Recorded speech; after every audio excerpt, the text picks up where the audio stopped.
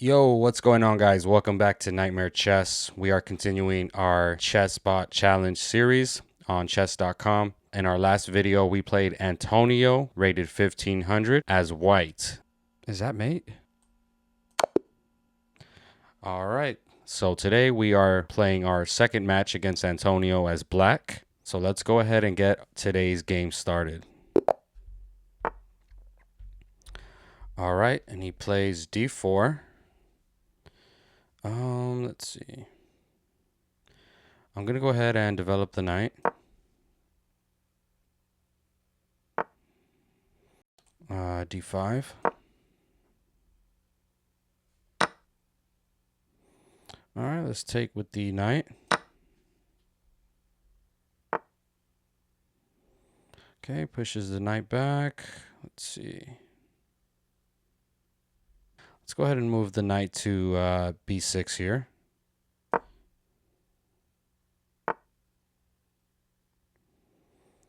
All right, and now let's see. I think I'll fight for some space.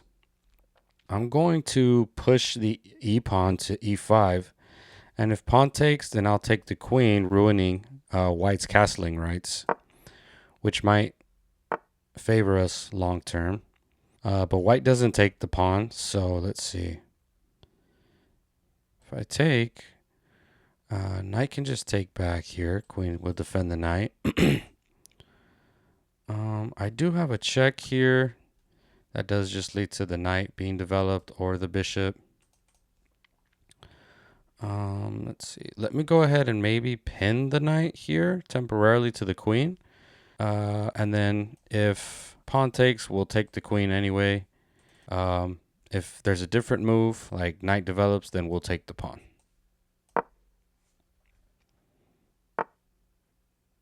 Queen moves out of the pin here. So now this pawn is under fire. And if takes, knight can still take because there's no longer a threat. I think I'll protect the e5 pawn with the knight. Let me calculate. Here, here, here, here. That doesn't really work for us. Let me just protect the e5 pawn right now. So if there's a takes, I can take back.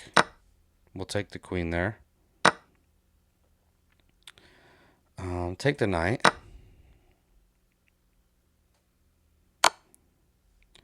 Push the bishop back. And then maybe take this e-pawn here. So that we still have some sort of control in the center. Maybe not all the control, but some control. Let's bring the bishop out to... I do like the e7 square here. It's got some good vision, I think. There is a weakness here on the doubled pawns here. So maybe I can try striking there in a bit. I think I'll go ahead and protect the e-pawn with the bishop. Doesn't look like there's any immediate threat. Okay, offering the trades of bishops. And let me think. Instead of going for the trade right away, I'm thinking of pushing this pawn up one square. And if this happens, then I can develop the knight, defending it. If takes, takes, and if takes, take back, threatening the bishop. So let's do that. All right, I think I'm going to castle here. When I castle, this rook will have eye on this f file, and we'll try to take the f pawn there. Let me just make sure there's no, anything with this rook here. I don't think so. Okay, knight comes out. What's the knight trying to do? Knight can come here, sort of threatening a trade. Knight can come here, threatening the bishop. I can just pull the bishop back if I need to. If I pull it back, so let's say knight sits here, I pull back. Then knight has this move, striking the rook. Wouldn't be great. I think for now I'll try to stop the knight from coming to the b5 square. And I'll just push our pawn up one to a6. right, now go ahead and take the F pawn. And there's some pieces here to be protected. Rook offers the trade, but I'm only up one pawn, so I don't know that I should do it right away. However, if I trade, no, I was going to say it creates a messed up pawn structure, but it doesn't. It actually fixes his structure, because right now he's got two isolated pawns. If we take, his pawns would be connected, making his position stronger, likely. And we were able to take the F pawn, so we did achieve what we needed to. I think it would be okay to just retreat back to the, or at least back to the F file. Let's see.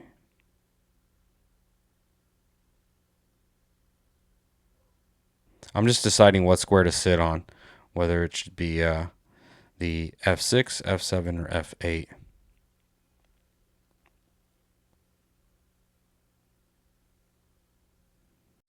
If I sit on F6, then the knight can come down threatening the rook, so that won't work. If I come down to F7, bishop does have this move. I can take that bishop. There'll be a trade there. And of course, I can just come all the way back down. Let's see. Maybe that'll be the way to go for now.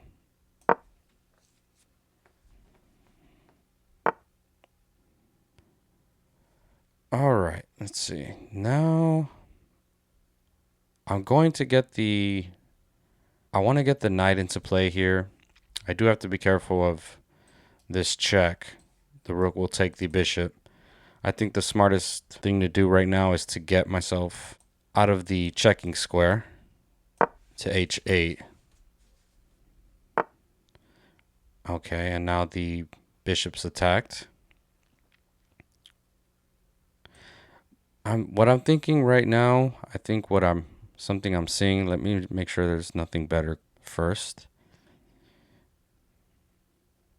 So one thing I'm seeing with the bishop is to pull it back to E7 and then come over to H4. And if the rook moves away, then we would be able to possibly take this F pawn here.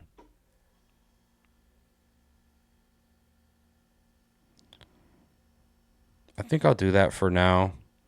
I can't develop the other knight just yet because rook would take. So let's bring the bishop back. Still watching the C5 pawn. All right, so this move happens anyway, but there's no check and there's no attack on the bishop. I think I'll want to take the bishop. And once the pawn takes, now we've got 4 isolated pawns. And we have 2 isolated pawns, but I think we still ultimately have a better position here. We should be able to take advantage of it. Let's see. I think I might even push this pawn up and then have them, all connect. I just have to look out for this move as of right now. Here, that would be a threat.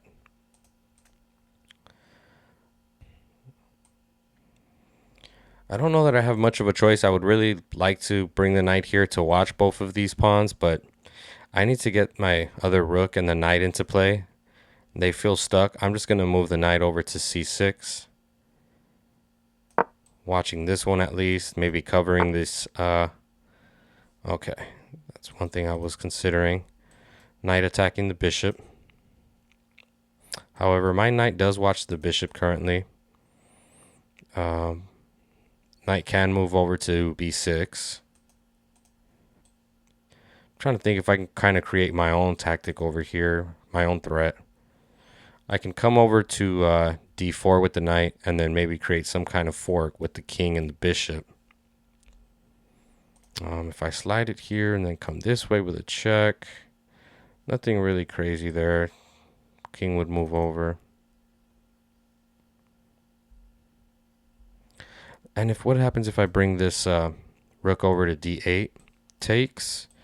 check here. And then this would be under fire. This square here would be watched by the knight. So would this square. Oh, okay. Sorry, I see the move order. I think it's rook d1, knight takes, check here, and then our knight takes back knight. I think that's the move order.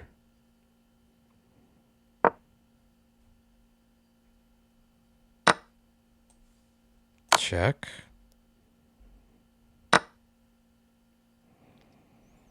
Okay, now of course I'm thinking knight takes knight. Yeah.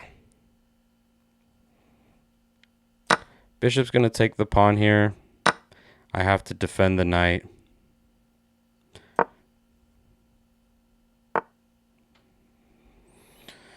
All right, we'll just move the knight away and remove ourselves from the bishop threat. Where to move the knight? I think I'll just move it over to c6 for now. Hold on, actually, okay. I just wanted to make sure this e pawn was still protected, and it will be. Still, it's watched by the knight here on c6. And now, so I can slide this rook over, threatening the bishop, but then this pawn would just come down. And this pawn, I would like to push up one to stop that, but of course it's watching our knight. So maybe, maybe I push the bishop away this way, bringing the rook up to f6.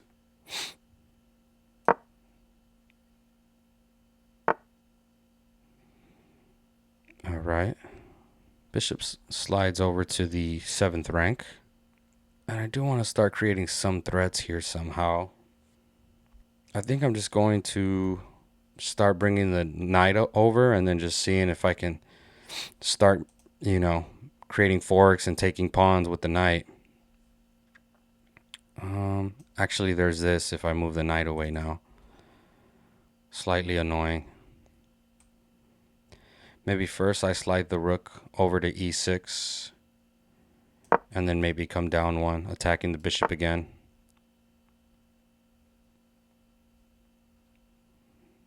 Well, now the rook's protecting this e pawn, so I can try to take a pawn with the knight.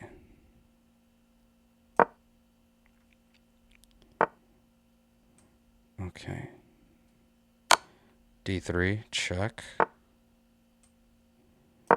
Attack the rook. Now there's two attackers on the e pawn here, so I'll defend it with the knight again. Let's push the rook back, and if rook takes knight, I take back. Okay, I want to stop the rook from coming down to the 8th rank, so let's plant our king on g8. If he comes down, we take. Let's see. And unfortunately, I don't know that we can move our pieces very far because they both have to protect the e pawn. Let's see.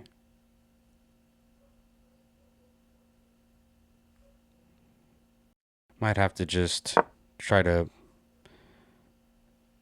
start using the king.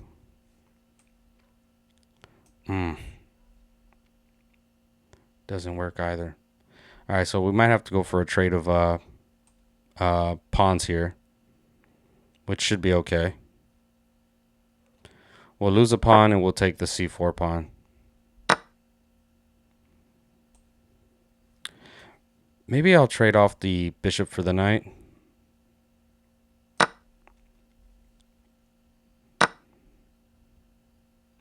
Now the threat is the rook coming to the 7th rank. That's the real threat here.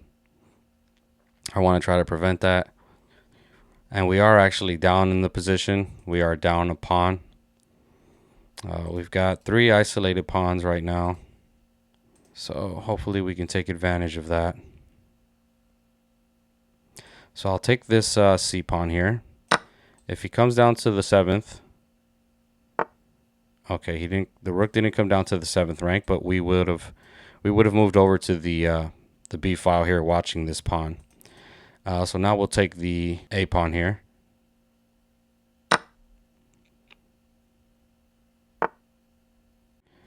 Now I think we might. I'm thinking, should I take these pawns or should I just try to go for the pawn promotion? Maybe I try to go for the pawn promotion. Let's see what happens.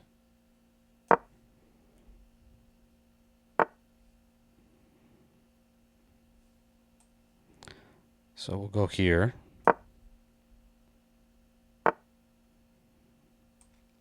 All right, we'll bring this pawn, a pawn up. Okay. Now we can give the check to the king. The king will move, and then we'll bring the pawn up one more square after the check. And I think we just keep doing this till we get to the first rank.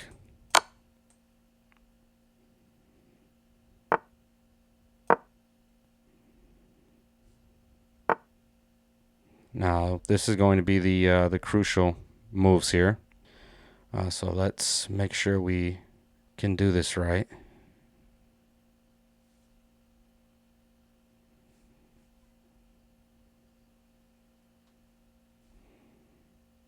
I might have to push this b pawn to defend this pawn here. All right, let's see. My king is not doing much, not doing a great job in the corner there. Let me calculate this. Let's see. If I come here, he can come here. I think that would be enough for me. Let's see.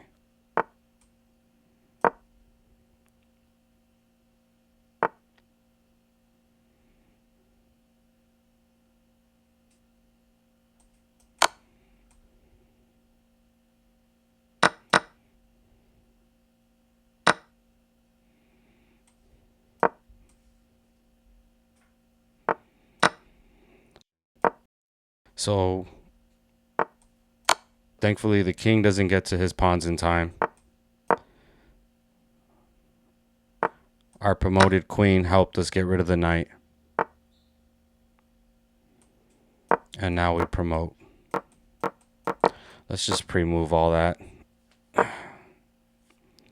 Wait, let me make sure I'm not losing the rook there.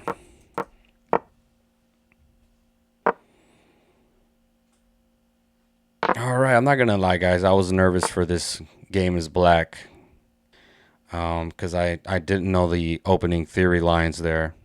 We were getting kind of crammed, and so I didn't know if that was gonna work out. All right, I think I'll just go with the ladder mate. Just go with this. It's just I don't know, the easiest way with no thinking for me, rather than trying to make it quicker. All right, guys, there you have it. There is our game against Antonio as black. We didn't do too bad. Let me just see if there were any bad blunders there. No blunders on our end, so that's good. Okay.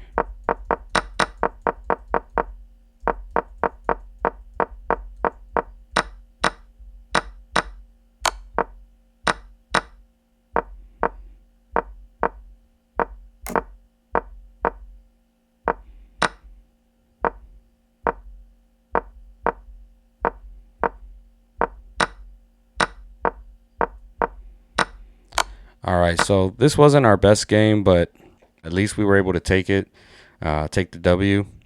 So for our next bot that we'll be facing in our next video is going to be Perrier, I think his name is, rated 1500 from France. And that's going to be it for today's video, guys. Thanks for watching. Make sure you like and subscribe, and I'll see you in the next one.